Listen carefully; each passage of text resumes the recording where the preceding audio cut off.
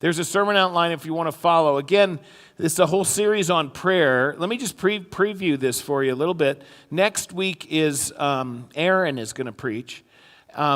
Saturday, I'm up in Haley, Idaho. We have a church up there that's celebrating its 50th anniversary, and they asked me to come speak at it. I said, so the first three guys said no, huh? So anyway, no, I'm excited to be up there with him. So he's going to preach. I think I'll be back for that on Sunday. And then the following week, I just worked this out because we have the Ball Stoltz Wedding Extravaganza, which is happening that Saturday, the 29th. But have I embarrassed you completely? It's going to be worse. It's going to get worse. No, and Pastor Chris is going to preach that Sunday. So Pastor Chris is in town to celebrate with them, and he said he would preach then. So we're going to finish those out. So if you're taking notes, you can watch it online too if you want to see how the series lays out. But I actually wanted to spend a minute just talking to dads for a second here. And this will take me a couple of minutes. Garrison Keillor, and a little bit of this is dated. So some of you are old enough to remember things like collect phone calls, but some of you are not. Some of you have no idea what a collect phone call is, just like you don't know what a cassette tape is. You know, that's fine. I'm feeling older every day. So, but anyway, like collect calls. So Garrison Keillor, I don't know if you know any of this history of Father's Day. So Mother's Day is a big deal. Like this is a joke in church when we're in seminary. It's like never forget Mother's Day. You can forget Father's Day, but you can't forget Mother's Day. You're getting big trouble if you do that. So anyway, it's really interesting because Mother's Day was a formal holiday, and it dates back to 1914, Woodrow Wilson. But it had been celebrated before then for a while. So here's where Father's Day goes back to. It goes back to Spokane, Washington. And a gal, her name was Sonora Smart Dodd. She was sitting in church in Spokane, Washington, and it was 1909, and she was listening to a Mother's Day sermon. So this was in May of 1909. Well, Sonora and Garrison Keillor, do you know who Garrison Keillor is? Prairie Home Companion. He's Lutheran, sort of, not really, but anyway. He tells this whole story. And she was sitting there. Sonora was raised by her dad. She and 6 other siblings, and because the mom had died in childbirth at her birth. And so raised by dad in that era. I mean, it was not completely uncommon, but it didn't happen all the time. And she loved her dad. She thought fathers, like her dad, should get some recognition also. So she asked the minister of the church if he'd deliver a sermon honoring fathers on her father's birthday, which was in June. And the minister did that. So the tradition of Father's Day caught on, but kind of slowly. Mother's Day, an official holiday in 1914. Guess when Father's Day became an official holiday? Do you know this? 1972. It was Richard Nixon who made it an official holiday. Mother's Day, and this is Garrison Keillor talking, he says, Mother's Day is still the busiest day of the year for florists, restaurants, and long-distance phone companies. Father's Day is the day on which the most collect phone calls are made. Anyway, you have to be a certain age to kind of know that, but that's true. And then this is from another author that I love. Forgive me for taking a few moments. Dads, I hope this blesses you a little bit. I think it's kind of cool. Irma Bombeck, and this was like my mom's favorite author. And she wrote columns in the newspaper and stuff, and she was kind of fun. I did not know that Irma Bombeck's father died when she was 9. I didn't know that. So this is kind of neat. She wrote this column. She said, I received a letter from a single mom who'd raised a son who was about to become a dad. Since he had no recollection of his own father, her question was, what do I tell him a father does? When my dad died when I was 9, I too was raised by my mother, giving rise to the same question, what do fathers do? As far as I could observe, they brought around the car when it rained so everyone else could stay dry. They always took the family pictures, which is why they're never in them. They carved turkeys on Thanksgiving, kept the car gassed up, weren't afraid to go into the basement, that's a good one, mowed the lawn, and tightened the clothesline to keep it from sagging. It wasn't until my husband and I had children that I was able to observe firsthand what a father contributed to a child's life. What did he do to deserve his children's respect? He rarely fed them, didn't do a lot about their sagging diapers, wiped their noses or behinds, played ball, or bonded with them under the hoods of their car. What did he do? He threw them higher than his head until they were weak from laughter. He cast the deciding vote on the puppy debate. He listened more than he talked. He let them make mistakes. He allowed them to fall from their first two-wheeler without having a heart attack. He read a newspaper while they were trying to parallel park a car for the first time. If I had to tell someone's son what a father really does that is important, it would be that he shows up for the job in good times and bad times. He's a man who's constantly being observed by his children. They learn from him how to handle adversity, anger, disappointment, and success. He won't laugh at their dreams, no matter how impossible they might seem. He will go out at 1 a.m. when one of his children runs out of gas. He will make unpopular decisions and stand by them. When he is wrong and makes a mistake, he will admit it. He sets the tone for how family members treat one another, members of the opposite sex, and people who are different than they are. By example, he can instill a desire to give something back to the community when its needs are greater than theirs. But mostly, a good father involves himself in his kids' lives. The more responsibility he has for a child, the harder it is to walk out of their life. A father has the potential to be a powerful force in the life of a child. Grab it. Maybe you'll get a greeting card for your efforts. Maybe not, but it's steady work. That's pretty good, I think. When I was going to become a dad, it was a little bit intimidating for me. The day I found out, I remember going into Seattle Lutheran High and telling my students that we were going to have a baby. They were so great, and I was so scared. I was really scared. I did not, because I loved my dad dearly, but he was not easy. He was tricky. He taught me a lot of great things. He taught me faith, taught me a love of God's word, but there were things I remember growing up with saying, I want to do different than that, but I didn't know what. And I don't know about you, dads, if you're out there, I started looking for models. And I got blessed because when we found that Sarah was going to be born, I had Teresa's dad. I miss him a lot. We'd sit in the boat, we sit in the boat for hours and hours. And I'd ask him, he had raised 4 girls and he did pretty good. And because I was a little bit intimidated. And so Father's Day is a neat day for us. It's not a big deal. It's a neat one. It's not that it's this huge thing. It's a neat day. A reminder, for me, it's a reminder of how blessed I am and how good and gracious God is because I was far from perfect as dad. So let me transition here to this message I want to give for you on prayer, because this is about prayer in solitude. But the reason I want to share this with you is we can sometimes, I'm afraid, get intimidated by Jesus. One of the things that can happen is preachers can come at you and say, okay, you should be like Jesus. How's that going for you? Really, it can really kind of come off that way. We read a gospel reading or we read a story of the life of Jesus, and essentially it's like, well, you should be that way. And what's interesting is Jesus does call us to certain things, and there's things that are like, and I don't know how you're doing with this, I fail all the time. Love your enemies. Pray for those who persecute you, right? Treat everyone this way you want to be treated. Love without conditions. Don't keep score. There's all these things. And therefore, if I as pastor or your preacher am saying, okay, you should be like Jesus, what am I doing? I am setting you up to fail. Now, does that mean that Jesus still should not be a model for us, therefore? Well, that's the wrong conclusion, too.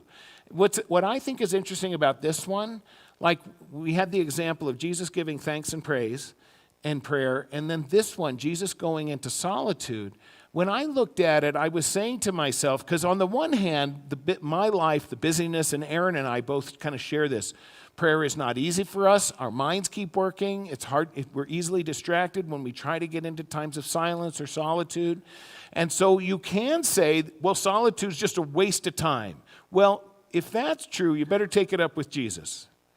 Because Jesus models this a lot, a bunch, of going into a silence. And again, this is one of those things where you go, Jesus doesn't need to do this. He is modeling something that we can actually do. I mean, when Jesus says, things like if you say that no one should murder. Well, if you even call someone an idiot, you've murdered him in your heart. How's that going for everybody? I fail. This I can do. I can do this. I can put myself in a spot where I am, and we got to be careful on how to use it. In solitude, I'm going to say this early because I'll say it towards the end too. It doesn't mean that Jesus wants you to go off alone. We're never alone. The follower of Jesus Christ is never alone. And that's a great blessing and a great gift that God gives us. But to be alone with God. And so the thing that I find interesting about this is when I look at this, I say, this is something I can do. So, for example, this is kind of part of Jesus' spiritual rhythm that he is modeling for us. Jesus goes to worship faithfully. Jesus prays faithfully. Jesus prays in the morning. He prays in the synagogue. He prays in the temple. He doesn't have to do this. He knows the mind and heart and will of God all the time in perfect union with God. Doesn't have to do it, but he knows how blessed we would be should we follow. Whether we follow perfectly or not is not Jesus' concern, but that we follow where he's leading. And so there's really three things I want to share with you from this, and I think there are three blessings. So the first one is about eliminating noise. Why do we go into solitude? Eliminating noise. Do you live a noisy life? Some of you, I bet, do. And even if it's not like street noise and honking and stuff like that I grew up with in New York City, or people yelling at each other, things like that, it can still be noisy.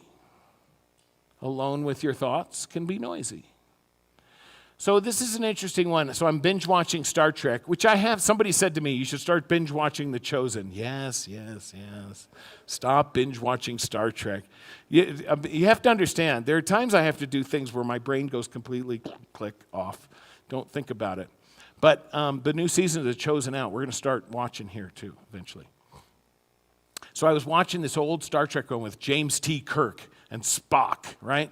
And so there was a guy who had committed a murder, and we discovered that it was a colleague of James Kirk's, and he did something wrong, kind of fell out of favor, and he blamed Kirk for it. So he was trying to kill the captain, trying to get even, trying to get revenge. So he'd stowed away on the ship, and he'd sabotaged all kinds of things, and bad things were happening. And so I think it was either the Dr. McCoy or it was Spock came up with this brilliant idea. Remember, it's science fiction.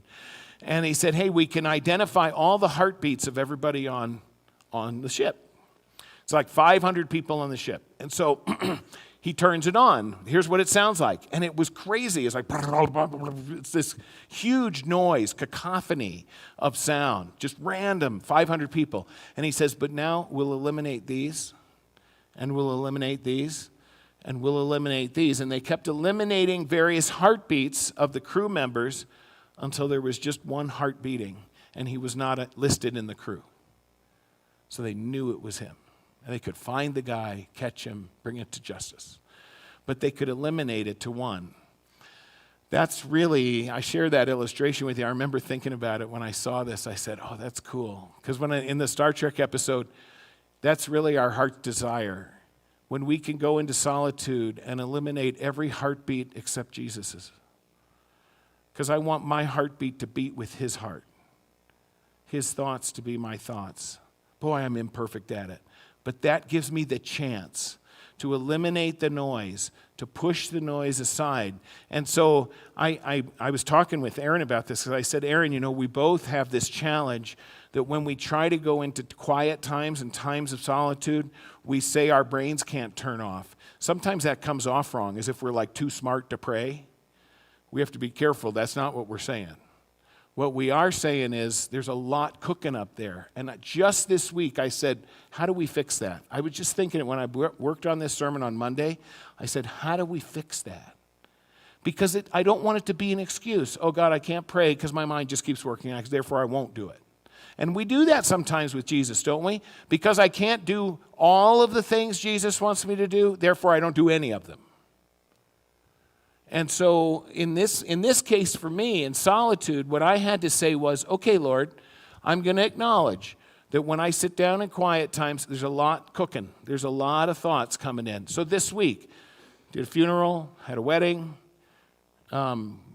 building things. Like we did Luther and Yelena's wedding, and right in the middle of the sermon, and here comes the concrete hammer in the back. And I had to go send someone out and tell them, hey, knock it off for 20 minutes. So it was, but there's all these different activities going on. We're playing softball. We're trying to pay the bills over here. We're doing this, getting a sermon ready, on and on.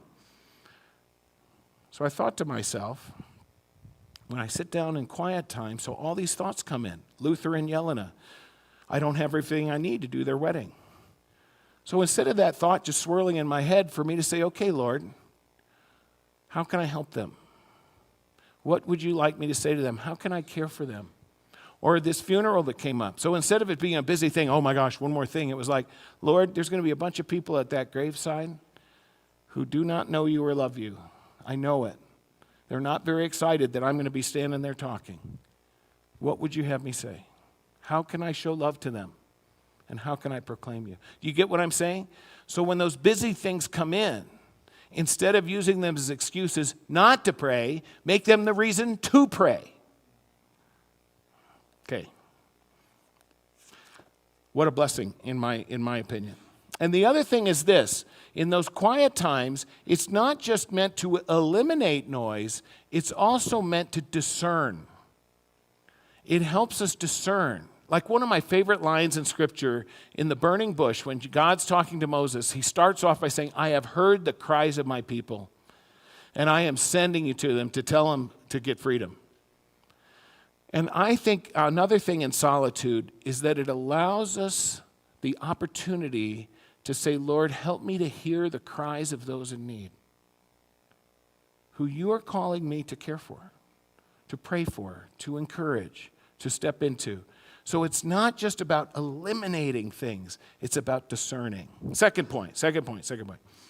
So what's interesting in this one is this idea is that what God is longing for us to do is to give our undivided attention. So the story from Elijah that Ruth read for us in the Old Testament.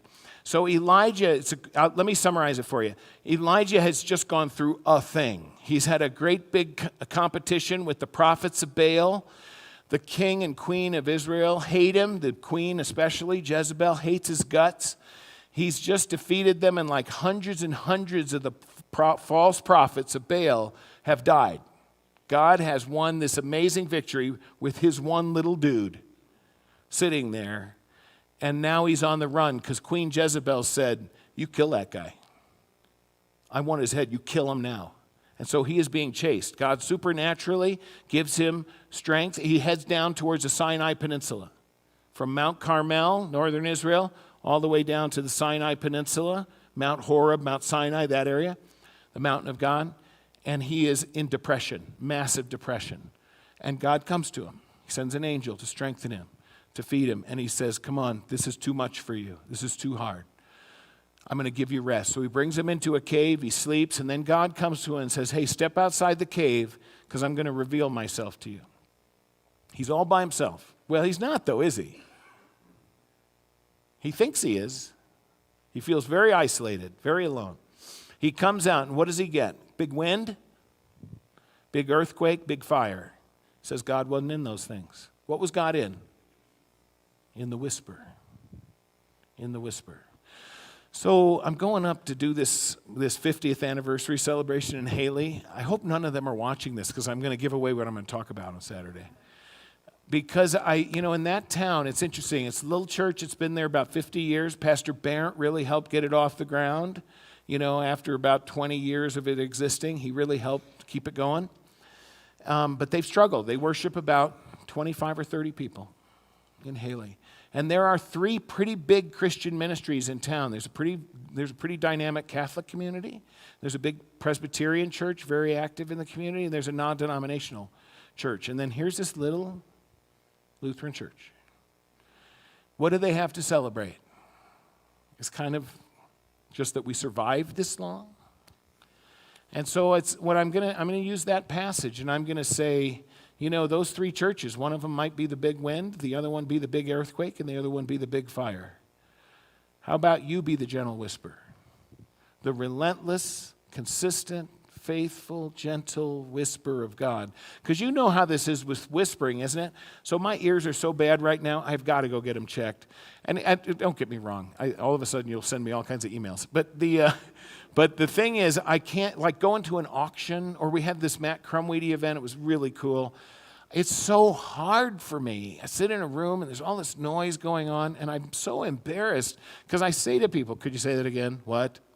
Could you say that again? I hate it. So I have to get up, drift out, get into the foyer, get out of the sound, because imagine if you tried to whisper to me in that mess. I get nothing. And you know what's neat about a whisper? What I love about the whisper is this. There's several things. One is, typically a whisper is meant just for you.